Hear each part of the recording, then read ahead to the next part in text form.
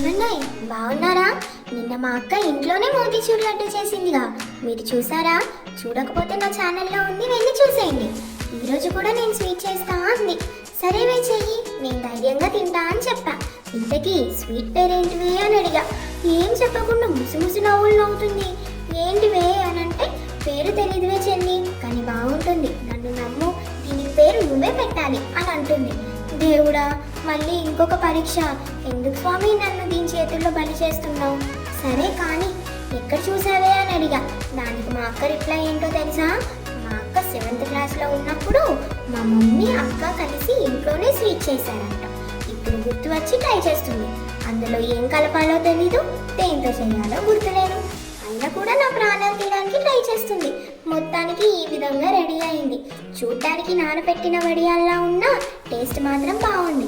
నమ్ముకుంది చాలు, వెళ్ళి సబ్స్క్రైబ్ చేయండి.